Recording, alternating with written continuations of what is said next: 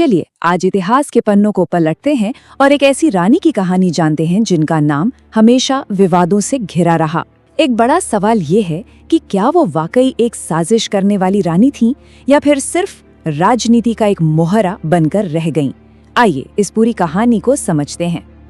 जरा सोचिए, इतिहास में किसी का नाम बस एक लेबल बनकर रह जाए, विलासिता की रानी।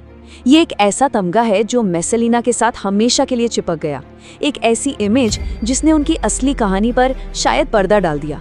लेकिन सवाल ये है कि क्या ये लेबल सच था या ये बस विजेताओं द्वारा लिखी गई एक कहानी थी।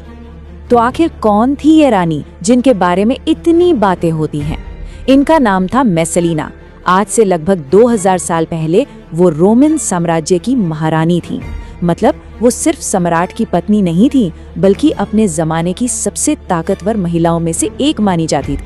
उनके बारे में कहते हैं कि वो सिर्फ खूबसूरत ही नहीं थी, बल्कि बेहद चालाक और महत्वाकांक्षी भी थी। महल के अंदर उनका दबदबा कुछ ऐसा था कि उनकी बात को नजरअंदाज करने की हिम्मत किसी में नहीं थी। और जाहिर है, जब ताकत इतनी बढ़ जाती है तो दुश्मन भी पैदा हो ही जाते हैं। और बस यहीं से मेसेलिना की जिंदगी का वो हिस्सा शुरू होता है जहां ताकत, साजिश और इल्जाम सब एक साथ मिल जाते हैं। ये कहानी का वो मोड़ है जिसने उनकी पूरी विरासत को हमेशा के लिए बदल कर रख दिया। देखते हैं कि उन पर आरोप क्या क्या लगे थे। रोमन लेखकों ने मेसेलिना की एक बहुत ही कह सकते हैं कि विवादित तस्वीर बनाई है। उनके मुताबिक उन्हें ऐशो आराम का बहुत शौक था और वो सत्ता की भूखी थीं। ये भी कहा जाता है कि वो अपने दुश्मनों को रास्ते से हटाने के लिए किसी भी हद तक जा सकती थी। और सबसे बड़ा इल्जाम, उन पर अनगिनत रिश्ते रखने का आरोप लगाया गया। कहते हैं कि उनका प्लान बिल्कुल साफ था, सत्ता पर अपनी पकड़ बनाए रखो। इसके लिए उन्होंने रोम के सबसे असरदार लोगों को अपने साथ मिला लिया। लेकिन जो कोई भी उनके खिलाफ जाता, उसे बड़ी बेरहमी से रास्ते से हटा दिया जाता। ये सिर्फ सियासत नहीं थी, ये एक पावर गेम था और लोग उनसे खौफ खाने लगे थे।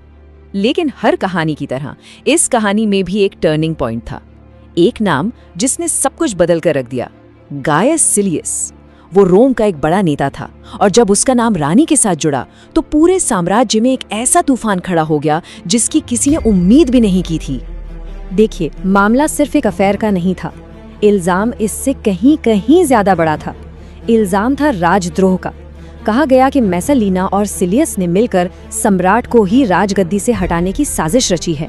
लेकिन सवाल वही का वही है, क्या इसमें कोई सच्चाई थी या ये सिर्फ एक कहानी थी जो दुश्मनों ने गढ़ी थी? और जैसे ही ये खबर सम्राट तक पहुंची, दरबार में मानो आग लग गई। न कोई सुनवाई, न कोई जांच पड़ताल। फैसला एकदम साफ और कठोर था, मौत। सब कुछ इतनी तेजी से हुआ कि किसी को संभलने का मौका ही नहीं मिला। पहले सिलियस के साथ रिश्ते की खबर आग की तरह फैली और पूरे रोम में हंगामा मच गया। फिर सम्राट के सलाहकारों ने उन्हें और भड़काया, ये कहकर कि उनका तख्त ही खतरे में है। सम्राट ने फौरन रानी की गिरफ्तारी का हुक्म दिया और कुछ ही घंटों के अंदर मेसेलिना को मौत के घाट उतार दिया गया। तो क्या कहानी यहीं खत्म हो जाती है? एक साजिश करने वाली रानी जिसे उसके किए की सजा मिली? शायद नहीं, क्योंकि अब हम कहानी का वो पहलू देखेंगे जिसे इतिहास लिखने वाले अक्सर छिपा जाते हैं। एक ऐसा पहलू जो पूरी तस्वीर को ही बदल सकता है।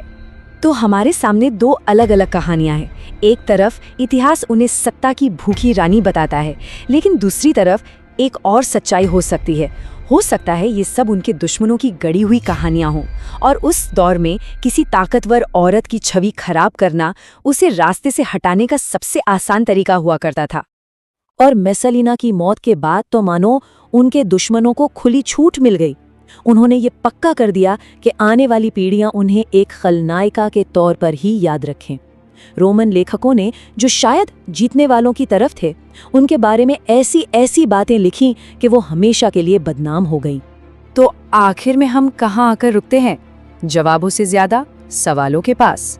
हम एक ऐसे अनसुलझे सवाल के सामने खड़े हैं जो आज भी इतिहासकारों को सोचने पर मजबूर कर देता है।